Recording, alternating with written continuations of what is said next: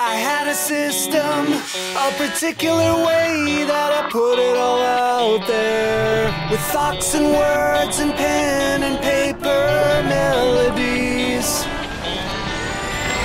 Salut les amis, ici Greg alias GTechFPV de la team Taras. Aujourd'hui on fait une vidéo très courte, c'est par rapport aux mises à jour, les nouvelles radios FrSky version 2019 avec le protocole Access, où par rapport à tous les tutos que j'ai fait avant, il y a quand même pas mal de choses qui vont être différentes et sur lesquelles il va pas falloir se tromper, sinon si on fait comme pour les anciennes, on risque d'abîmer sa radio, voire de plus réussir à la récupérer. On va essayer de faire ça très rapidement car il n'y a pas grand chose, mais il faut juste comprendre. À tout de suite. Alors nous voici donc sur une radio génération 2019. Il faut savoir que chez FrSky en fait, on avait la QX7, la X9D, la X9D+, la X-Lite, il y a eu toute une série complète qui était sur une génération précédente avec un émetteur interne, donc c'est l'émetteur qui a à l'intérieur de la radio qui était en XJT. Voilà, ça c'est le type d'émetteur qui émettait le FrSky classique pour le D16, le D8, le LR12, bref, tous les protocoles qui existaient à l'époque. Ensuite,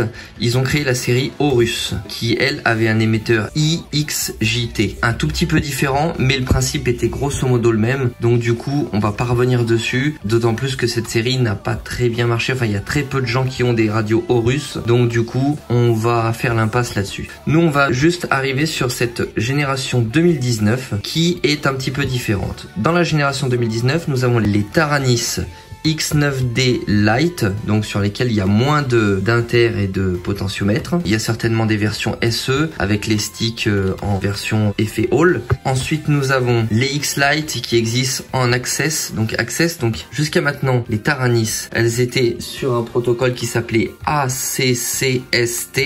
Et là, le nouveau protocole possible, c'est ACCESS. C'est un nouveau protocole. Donc, en gros, dedans, il y a des nouveaux émetteurs radio qui s'appellent ISRM, qui ont plus le D8. Le D8 a disparu. On ne pourra plus binder ces nouvelles radios avec le D8. Donc, il y a aussi, donc ça c'est la X9D plus 2019. Il y a la X9D plus 2019 SE. Il y a la X7 Access, donc X7 2019, grosso modo. Bref, il y a toute une série de nouvelles radios où physiquement elles changent quasiment pas. Par exemple, la X9D, il y a juste, ils ont rajouté cette molette. Sur les QX7 aussi, je sais plus. Il faudrait que je regarde, je me rappelle plus. Mais grosso modo, la radio en elle-même, elle change pas. Donc du coup, ça peut être perturbant parce qu'on sait pas trop quel modèle on a.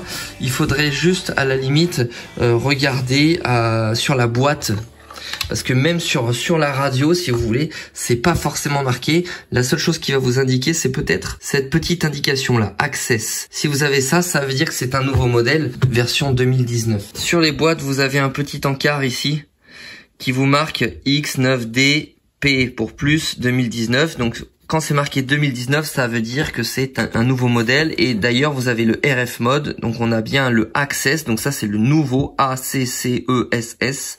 Et on garde toujours la possibilité de binder quand même le D16, l'ancien système, c'est-à-dire ACCST D16, mais le D8 dégage et le LR12 dégage aussi. On a toujours ce système de LBT non LBT, c'est-à-dire que quand vous la recevez, elle fonctionne soit en LBT, soit en non LBT, mais contrairement aux anciennes radios, et attention, c'est très important ce que je vais vous dire, contrairement aux anciennes radios, on n'a pas besoin de reflasher la radio pour changer de non LBT à LBT. Donc la différence en fait, c'est l'émetteur interne qu'il y a dans les radios. Du coup, cet émetteur interne, avant, sur les anciens tutos, il s'appelait XJT. On téléchargeait la bonne version, soit la version LBT, soit la version FCC, et on flashait l'émetteur interne dans la version qu'on désirait pour pouvoir faire la même chose sur nos récepteurs et que tout communique correctement.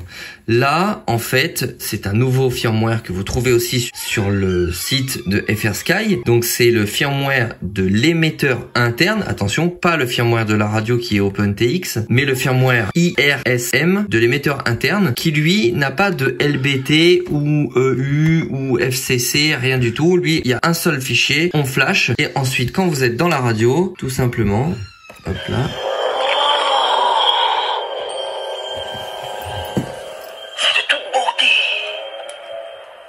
Donc une fois que vous êtes dans la radio, en fait, si vous voulez, dans votre carte SD à l'intérieur, il faudra mettre un petit script LUA dont je vais vous donner le lien de téléchargement qui vous permettra, donc si on appuie longtemps sur menu, hop là, alors là on voit pas grand chose. Si, ça y est, on y voit un petit peu. Si vous voulez, dans le menu, donc dans outils, vous avez tout en bas Change ISRM Mode. Donc si on y va, voilà, hop là, et là, grâce à ce script LUA, on peut passer de LBTEU à FCC n'importe quand sans avoir besoin de reflasher l'émetteur interne de la radio. Et donc, les deux différences auxquelles il faut faire attention par rapport à mes anciens tutos, c'est très simple. La première, c'est quand vous créez votre profil ici de votre OpenTX pour créer donc le fameux firmware de la radio, le fameux OS, le Windows entre guillemets de la radio qui s'appelle OpenTX. Ici, dans type de radio, il ne faut pas vous tromper. C'est-à-dire que vous avez bien par exemple la X9D+, mais si vous avez la nouvelle version de la radio, c'est la X9D+, 2019. Si vous sélectionnez le mauvais firmware, ça va faire planter votre radio. Pour ceux qui ont les X9 Lite, il n'y a pas écrit 2019, mais ces versions X9 Lite sont obligatoirement dans le nouveau protocole Access avec les nouveaux émetteurs. Donc bien choisir sa radio. Si vous avez une X9D+, l'ancienne version, c'est bien celle-ci. Si vous avez la nouvelle version, la 2019, faut bien sélectionner ça. Sinon, ça ne vous télécharge pas le bon firmware et ça risque de faire planter votre radio. Pour les QX7, vous avez bien la QX7 classique ou X7S, c'est le même firmware, ou alors la X7 et X7S Access, donc c'est la version 2019 celle-ci. Voilà, donc bien ne pas se tromper dans la sélection du firmware. Tout le reste, regardez les autres tutos.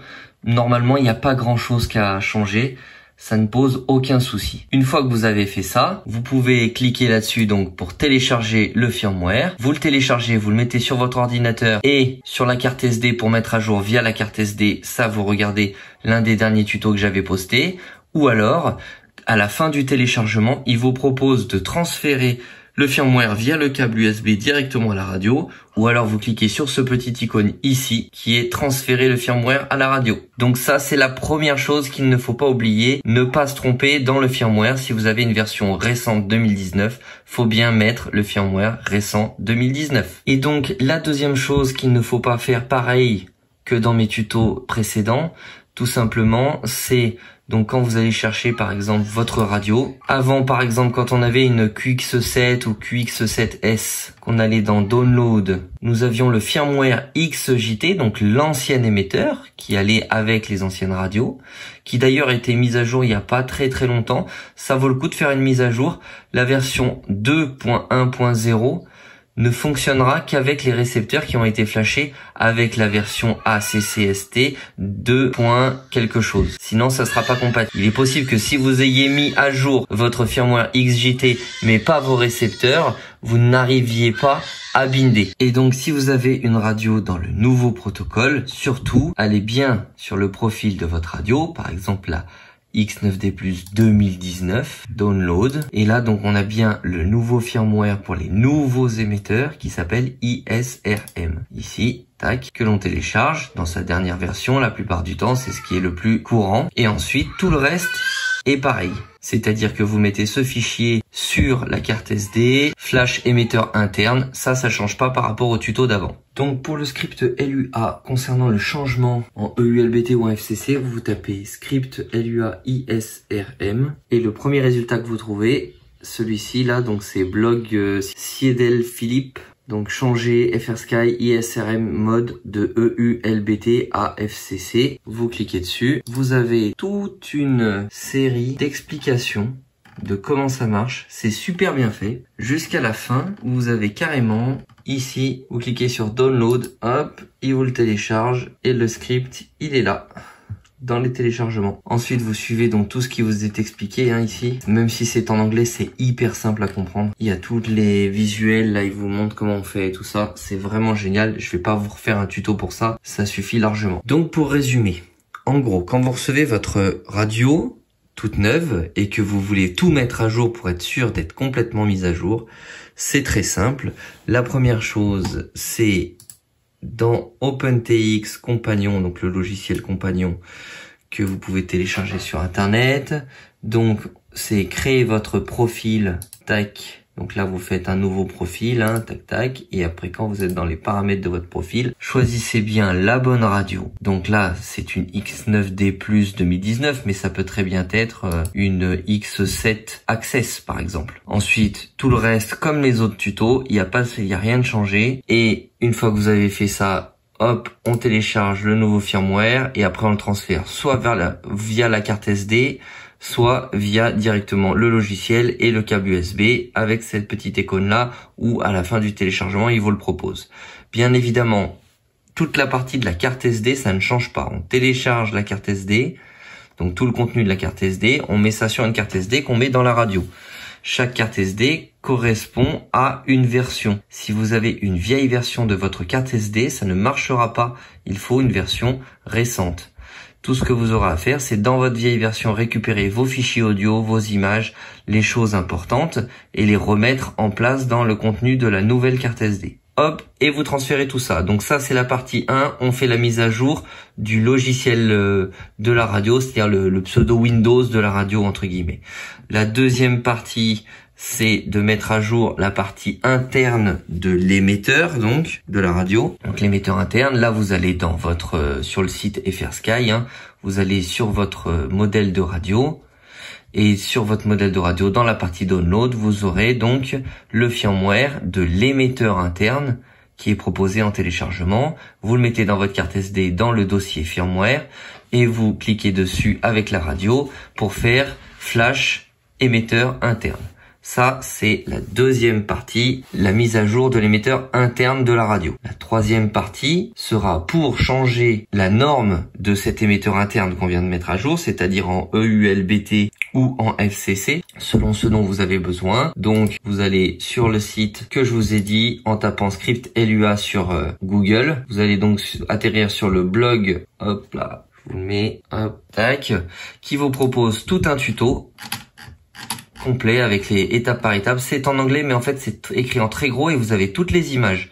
Donc extrêmement simple à faire. Et lui, il propose même le fichier, donc script LUA dont on a besoin. Hop là, en téléchargement. Vous suivez toute cette procédure, vous installez ça et donc dans votre radio, vous pourrez choisir grâce au script LUA soit EU, soit FCC. Une chose qui est plutôt pas mal,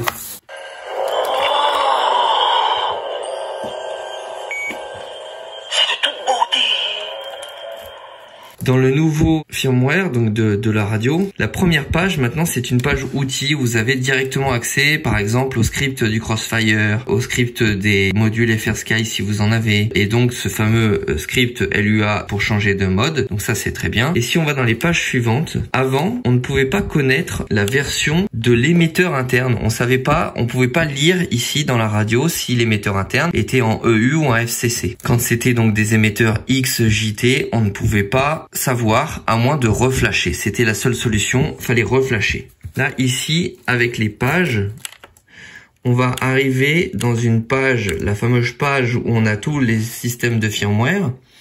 Ici, donc si on clique sur firmware options, ça nous écrit que dedans, on a Crossfire, pas d'hélico, international access, multimode, bref, plein de choses.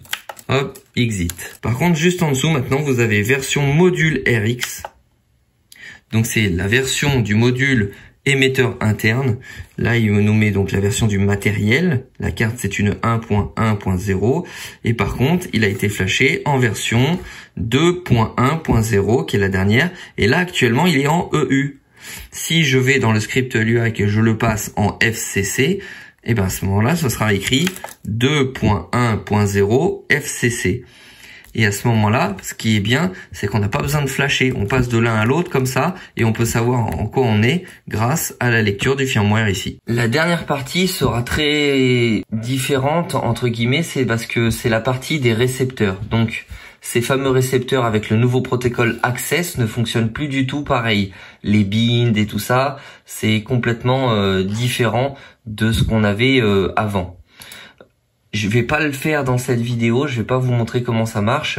Déjà, si vous êtes curieux, vous pouvez aller voir donc le protocole Access sur le site FrSky, où il vous donne déjà quelques informations concernant les différences de performance, quelles sont les radios compatibles, combien de voix on peut avoir, bref, tout un tas d'informations qui peuvent être pas mal et commencer à vous informer sur le sujet. Il y a énormément de tutoriels sur internet concernant comment on fait pour basculer par exemple un RxSR en protocole Access, ou si jamais j'ai un nouveau récepteur, un nouveau modèle en protocole Access, comment je fais pour le binder et tout ça.